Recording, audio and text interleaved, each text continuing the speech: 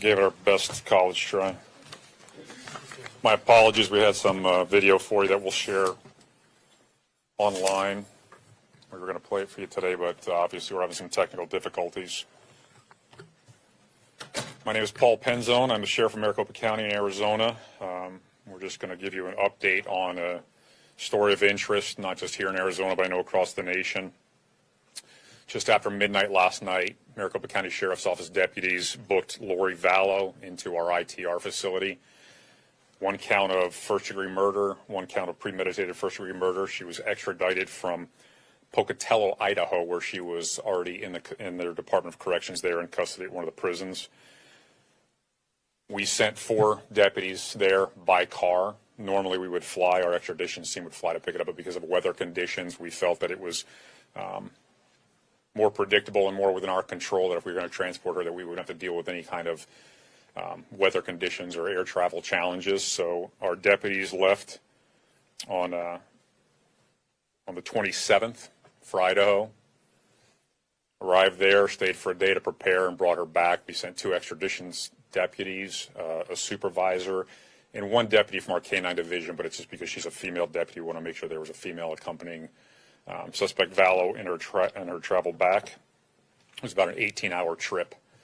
In my statement, as you saw, I talked about the fact that we do about 250 plus extraditions every year.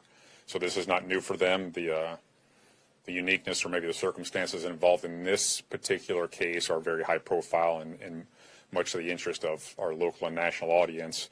I don't want to diminish it. It is what we do, as I stated, and we do it very well. Whether it is her or any other fugitive who's wanted in the state of Arizona, we're going to facilitate transfer into our custody so the prosecutor's office can prosecute them effectively. She had her initial appearance at about 2 a.m. when she was remanded without bond. So the case will now be in the hands of the county attorney. While in our custody, at the conclusion of whatever happens with the court case, she will then be returned to Pocatello to their Department of Corrections. So I want to thank them for their cooperation and facilitation of this also. And I also want to just recognize and express gratitude to our team here, the deputies that spent 4 days on the road to bring her back safely.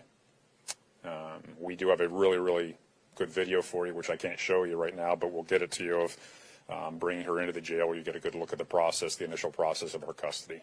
So I don't, there's not a whole lot more depth to it than that. I just want to make sure you heard from me the status of it, and I'm happy to answer a few questions if they're related to this case. Sure. I'll start with I was going to say, will she be kept in any sort of segregated situation, or is she going to be in just booked regularly? Yeah, no, that is a good question. She will be. She's deemed to be high security, so she'll be isolated in a high security area of the Estrada jail. Tell us what goes into a process such as this. You've dealt with high-profile inmates in the past. That's not new, but obviously this planning has been going on, I would assume, for some time. It has, and we wanted to make sure that it was, during my tenure as sheriff, I feel like our focus has always been about being really fundamentally sound and less about the bells and whistles. And the men and women who put the planning and preparation took everything into consideration. As I said, we had challenging weather conditions. The last thing we wanted to do was try to fly and get stuck in an airport where suddenly now we're in a space where there's a lot of community members and others, and it takes an extensive period of time. If we're going to travel that road, we need to make sure that we had the appropriate vehicles. As I said, we sent a female deputy to make sure that we had a female deputy accompanying a female inmate.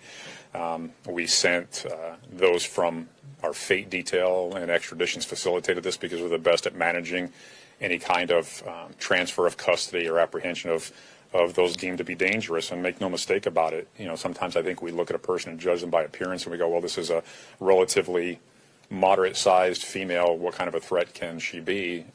She is as much, if not more, of a threat to the harm of others as any other dangerous criminal we've had in our custody. So we figure out the entire route and map the challenges, where we're going to stay, how we make sure that our employees get the rest necessary to come back safely. I think it was an 18-hour drive back. Is that correct? About 18 hours? Yeah. So we'll call it planning an extensive road trip that just happens to include bringing back a dangerous fugitive. Can you clarify this part, though? You said at some point she'd be brought back to Idaho, to Pocatello, but this court case here, we don't know how long that's going to take. She has an arraignment coming up, and she has an appeal process in Idaho. Will she be housed here for the duration of this case in Maricopa County? She'll be housed here until the conclusion of her case, and then once there is a conclusion, that the county attorney and their attorney there will have to determine. I would imagine that she'd have to return to spend her time there, and then whatever time either is going to be consecutive, concurrent, whatever the outcome is. But I'm just being respectful of the fact that she is in their custody, and now she's been transferred to us for the specific case.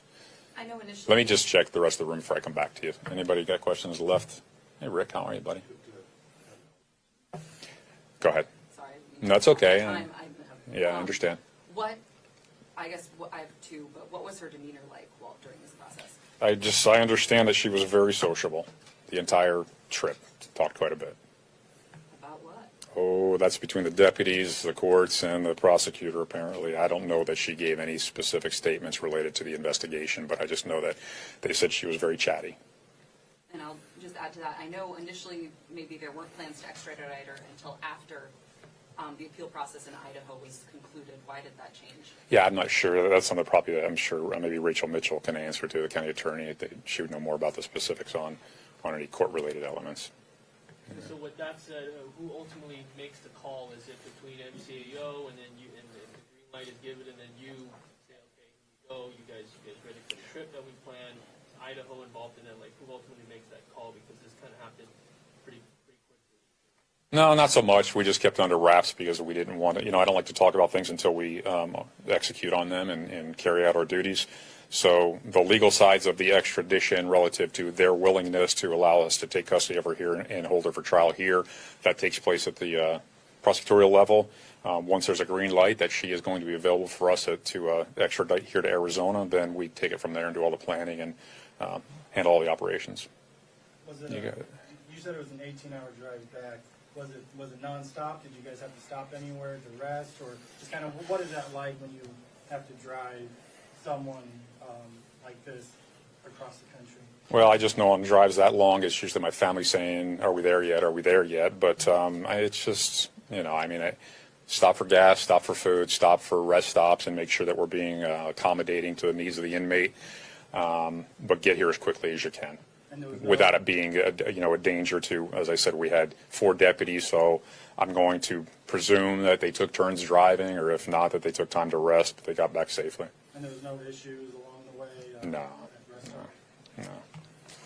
What's the convoy situation like? Come with squad cars or special equipment that you use? In this case, we used 2 4-wheel drive vehicles because we were going to be dealing with potential weather conditions.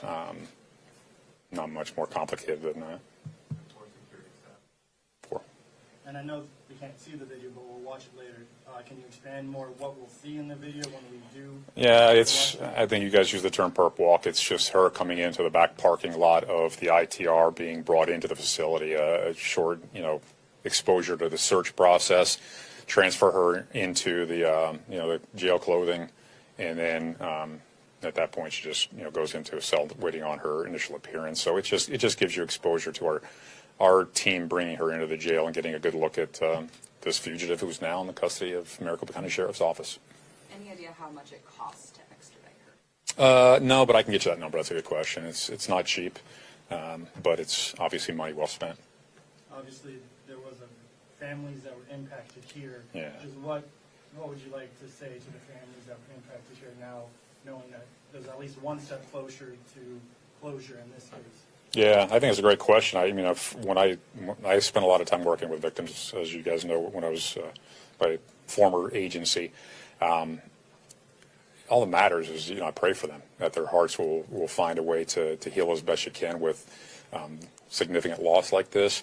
When it comes to the justice side of the ledger, of scales, I don't know that, successful prosecution, what the punishment is.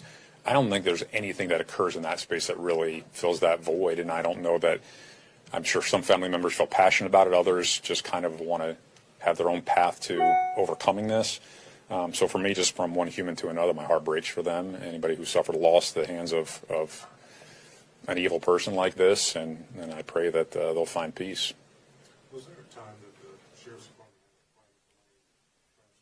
had a plan? We do. We have a plane that we use for extraditions. It's really just distance circumstances, because it's not a commercial plane like you'd see. The majority of our extraditions occur through commercial transport.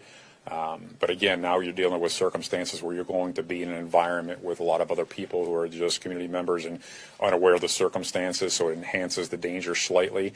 If you go into a location and suddenly there's a storm and your flight is delayed, then you're sitting in an airport for hours, if not days, delayed because of that. And we wanted to mitigate any of those potential unexpected obstacles, unexpected challenges to make sure that we could get her back as quickly as possible. Obviously, she's an accused murderer in this state, but overall, she was found guilty and convicted in Idaho. Have you followed the case at all leading up to this?